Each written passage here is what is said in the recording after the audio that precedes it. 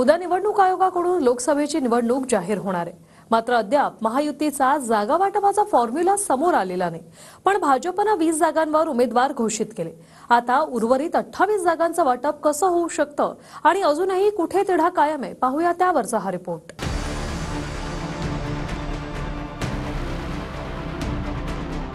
महाराष्ट्रामध्ये जागा वाटपाचा अंतिम फॉर्म्युला जाहीर होण्याआधीच भाजपने पहिली यादी जाहीर केली आणि 20 उमेदवारांची घोषणाही केली। भाजपने 20 उमेदवार जाहीर केल्यामुळे आता 28 जागांचं वाटप आणि उमेदवारी जाहीर होणं बाकी आहे। शिंदेंची शिवसेना आणि अजित पवारांच्या राष्ट्रवादीचा अंतिम फॉर्म्युला हा ठरलेला नाही। शिंदेंच्या शिवसेनेचे विद्यमान खासदार आहेत 13 आणि त्यांची मागणी आहे 22 जागांची। तर अजित पवारांकडे सध्या 1 खासदार आहे आणि मागणी आहे शिंदेंच्या शिवसेने एवढ्याच जागा मिळाव्यात एवढी। मात्र सूत्रांकडून मिळालेल्या माहितीनुसार शिंदेंच्या शिवसेनेला 8 ते 10 जागा आणि अजित पवारांच्या राष्ट्रवादीला 3 ते 4 जागा मिळण्याची शक्यता आहे। शिंदेंच्या शिवसेनेसह अजित पवार गटाची यादी रविवारी किंवा सोमवारपर्यंत जाहीर होईल, अशी माहिती संजय शिरसाट यांनी दिली आहे। शिवसेनेची आणि राष्ट्रवादीची यादी ही रविवारी किंवा मॅक्झिमम सोमवारी सकाळी प्रसिद्ध केले जाणार आहे। यामध्ये ज्या 1-2 जागेचा डिस्प्यूट वाटतो किंवा 1-2 जागा ज्याची जी ओढाताण चालू आहे त्याचा तिढा आज संपेल किंवा जास्तीत जास्त उद्या दुपारपर्यंत संपेल अशी आम्हाला आशा आहे।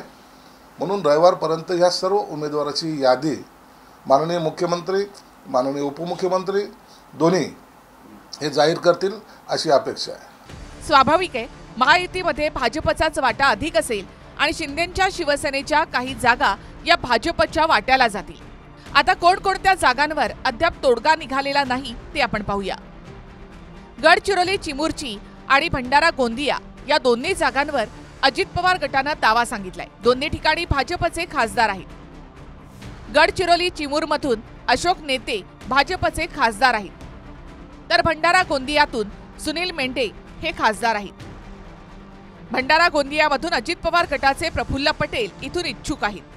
या जिल्ह्यामध्ये फक्त कार्यकर्ता आपले राष्ट्रवादीचेच नव्हे, पण या जिल्ह्याच्या दोन्ही जिल्ह्याच्या जनसामान्यांच्या मनामध्ये हे आहे की प्रफुल्ल पटेल यांनी आपला लोकसभेमध्ये नेतृत्व केलं पाहिजे।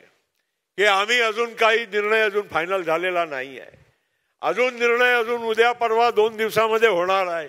कोणी हे समजू नये की आपण राष्ट्रवादीनी रामराम करून टाकलेला असं काही समजायचं कारण। तर गडचिरोलीचे खासदार अशोक नेते यांनी नागपुरात उपमुख्यमंत्री देवेंद्र फडणवीस यांची भेट घेतली। गडचिरोलीच्या जागेवर अद्याप उमेदवाराची घोषणा झालेली नाही, त्यामुळे पुन्हा उमेदवारीवरून चर्चा झाल्याची माहिती आहे। मात्र स्वतः अशोक नेते यांनी बोलणं टाळलं। जागा वाटपासंदर्भात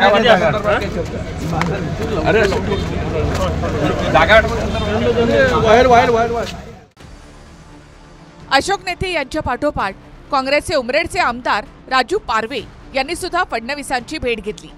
राजू पारवे लोकसभा लढवण्यासाठी इच्छुक असून रामटेक मतदारसंघातून भाजपकडून लढू शकतात, त्यामुळे काँग्रेसचा आणखी एक आमदार भाजपच्या गळाला लागण्याची शक्यता वर्तवली जाते। सध्या रामटेकची जागा शिंदेंच्या शिवसेनेकडे असून कृपाल तुमाने हे खासदार आहेत। ही जागा भाजप स्वतःकडे घेऊ शकते।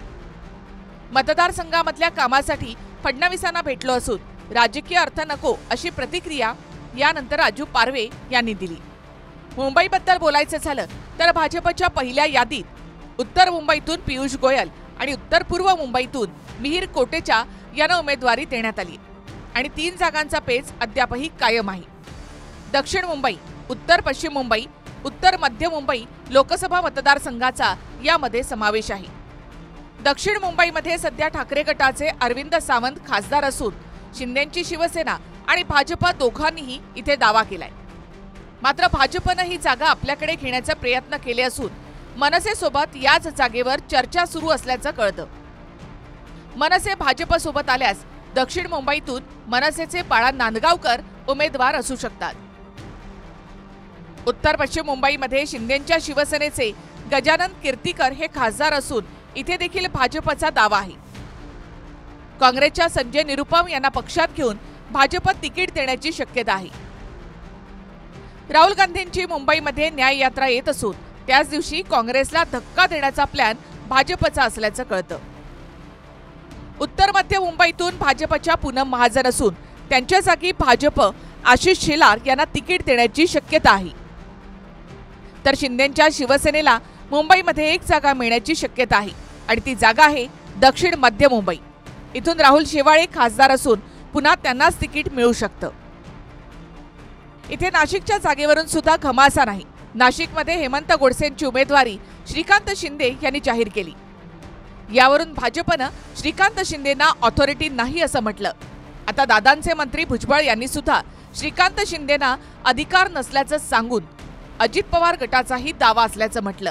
आप्पा गोडसे यांनी या ठिकाणी सांगितलं की मुख्यमंत्री साहेबांना सांगा की प्रभू श्रीरामांचा धनुष्यबाण जो आहे हा नाशिकमध्येच या ठिकाणी राहिला पाहिजे. मी त्यांना या ठिकाणी सांगू इच्छितो की आपला धनुष्यबाण जो आहे तो या नाशिकमध्येच या ठिकाणी राहणार आहे. आणि पुन्हा एकदा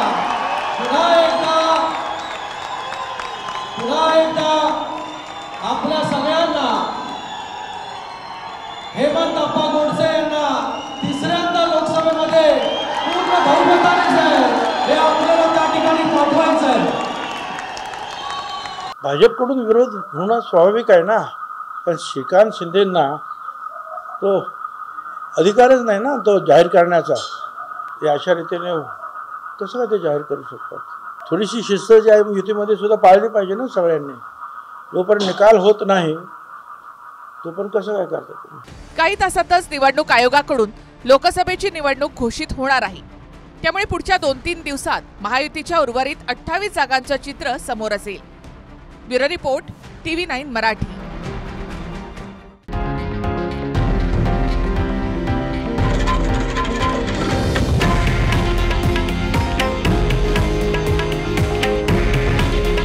हे आहे देशातील नंबर 1 न्यूज नेटवर्क आणि आपण पाहत आहात TV9 मराठी. काळजी तुमची, हित महाराष्ट्राचं.